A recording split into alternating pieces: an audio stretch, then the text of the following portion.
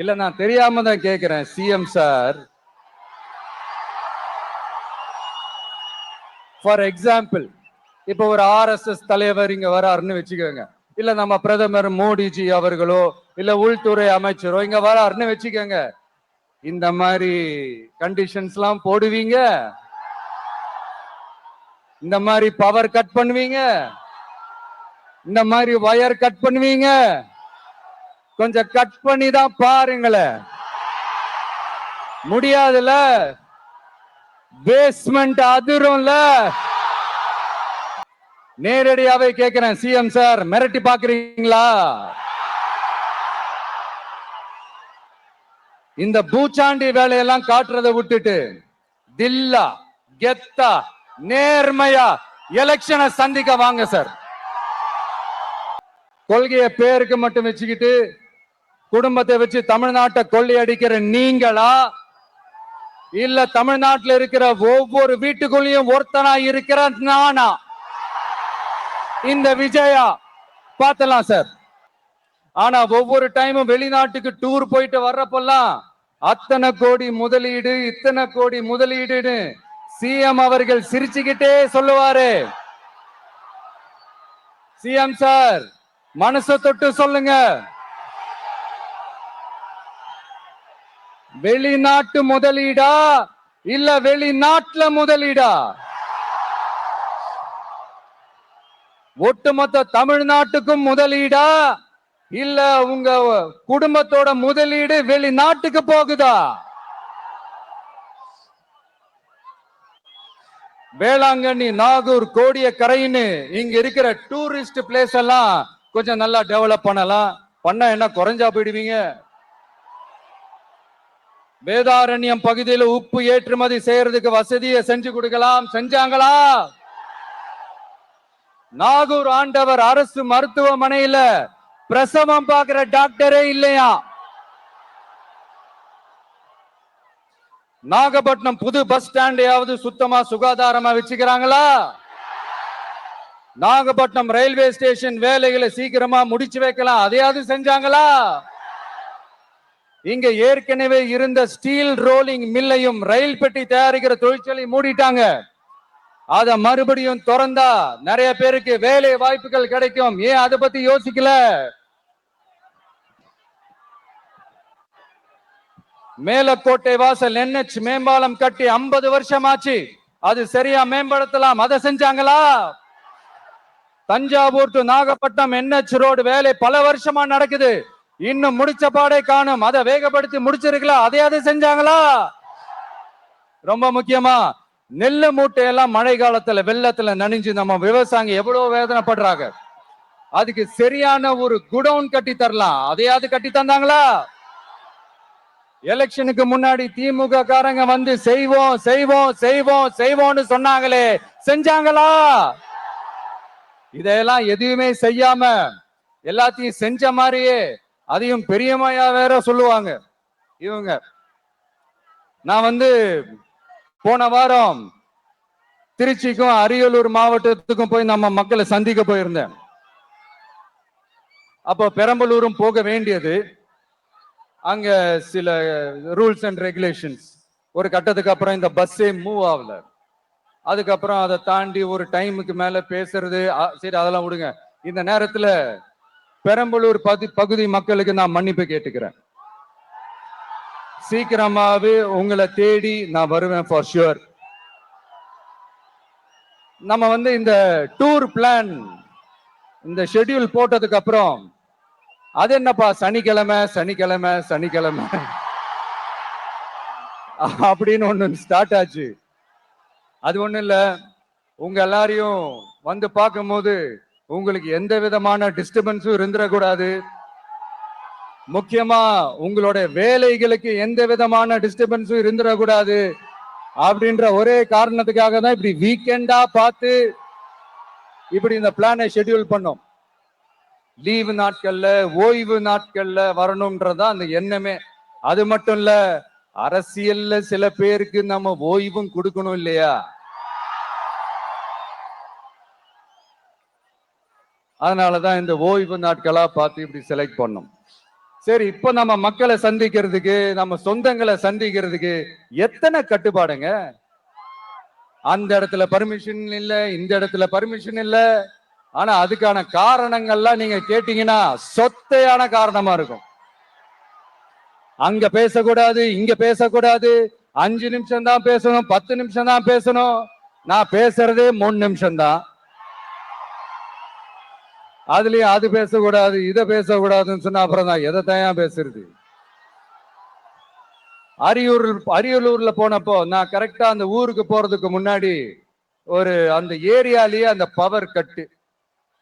அப்புறம் நான் திருச்சிக்கு போய் நான் பேச ஆரம்பிச்சதுக்கு அப்புறம் அந்த ஸ்பீக்கருக்கு போற அந்த வயரு கட்டு. இல்ல, நான் தெரியாம தான் கேக்குறேன் சிஎம் சார். ஃபார் எக்ஸாம்பிள், இப்ப ஒரு ஆர்எஸ்எஸ் தலைவர் இங்க வராருன்னு வச்சுக்கோங்க, இல்ல நம்ம பிரதமர் மோடிஜி அவர்களோ இல்ல உள்துறை அமைச்சரோ இங்க வராருன்னு வச்சுக்கோங்க, இந்த மாதிரி கண்டிஷன்ஸ் எல்லாம் போடுவீங்க,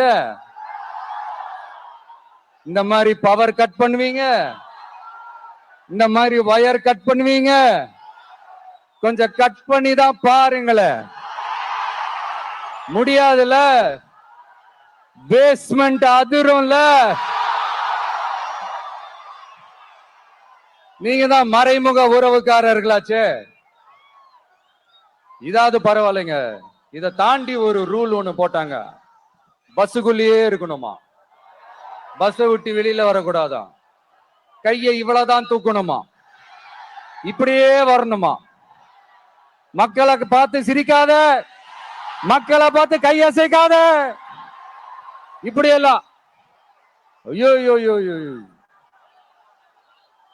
நானும் என்னவோ ஏதோ நினைச்சேங்க. செம்ம காமெடியா இருக்குங்க. I'm just enjoying like anything. நேரடியாவே கேட்கிறேன் சிஎம் சார், மிரட்டி பாக்குறீங்களா? அதுக்கு இந்த விஜய் ஆள் இல்ல சார், அதுக்கு நாம ஆள் இல்ல சார். என்ன செஞ்சிருவீங்க? மேக்சிமம் கொள்கைய சும்மா பேருக்கு மட்டும் வச்சுக்கிட்டு குடும்பத்தை வச்சு கொள்ளையடிக்கிற உங்களுக்கே இவ்வளவு இருந்தா, சொந்தமா உழைச்சி சம்பாதிச்ச எனக்கு எவ்வளவு இருக்கும்?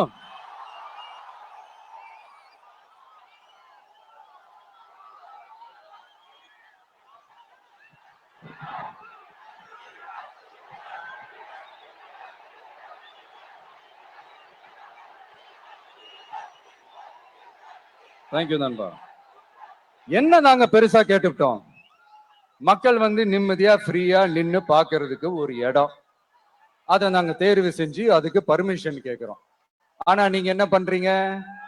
அந்த இடத்தையெல்லாம் விட்டுட்டு நெருக்கடியோட, மக்கள் நெருக்கடியோட எங்கெல்லாம் நிப்பாங்களோ அந்த இடமா பார்த்து செலக்ட் பண்ணி தெரியுங்க. உங்க எண்ணம் தான் என்ன சார்? நான் அவங்கள பார்க்க கூடாது, அவங்களோட பேசக்கூடாது, அவங்க குறைகளை கேட்க கூடாது, அவங்களுக்காக குரல் கொடுக்க கூடாது, என்னதான் சார் உங்க எண்ணம்? சரிங்க சார், ஒரு அரசியல் தலைவன் அப்படின்றதெல்லாம் மறந்துருங்க.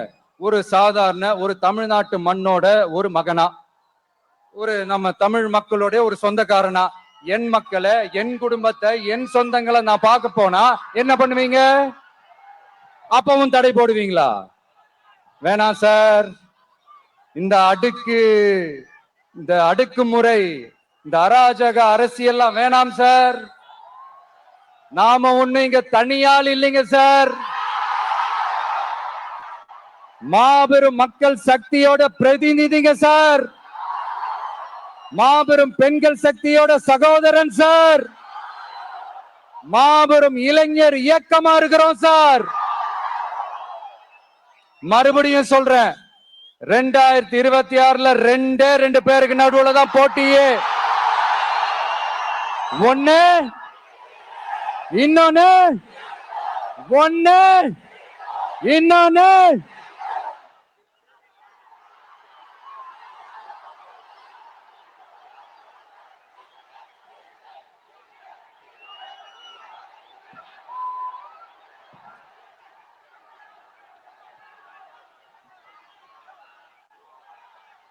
இந்த பூச்சாண்டி வேலையெல்லாம் காட்டுறதை விட்டுட்டு தில்லா கெத்தா நேர்மையா எலெக்ஷனை சந்திக்க வாங்க சார்.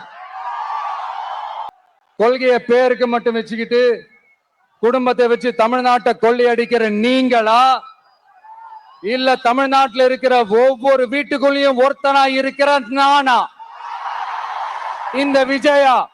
பார்த்தலாம் சார். இனிமேலும் இந்த தடைகள்லாம் போட்டீங்கன்னா நான் நேரடியா மக்கள்கிட்டயே பர்மிஷன் கேட்டுருவேன். மக்களே நீங்க சொல்லுங்க, நான் உங்களை பார்க்க வரக்கூடாதா? நான் உங்களோட பேசக்கூடாதா? உங்க குறைகளை நான் கேட்க கூடாதா? உங்களுக்காக நான் குரல் கொடுக்க கூடாதா? இப்படி நமக்கு தடையா போடுறாங்களே, இந்த திமுக அரசு மறுபடியும் ஆட்சிக்கு வரணுமா? உங்க நல்லதுக்காக நம்ம உங்க டிவிக்கு ஆட்சி அமையணுமா? சத்தமா சத்தமா கேட்டுச்சா மை டியர்? ஏன்பா, நான் தான் அப்பவே சொன்னல, அவருக்கு ஆசையா பாசமா கூப்பிட்டா பிடிக்க மாட்டேங்குது. ஏன்பா மறுபடியும்? கேட்டுச்சா சிஎம் சார்?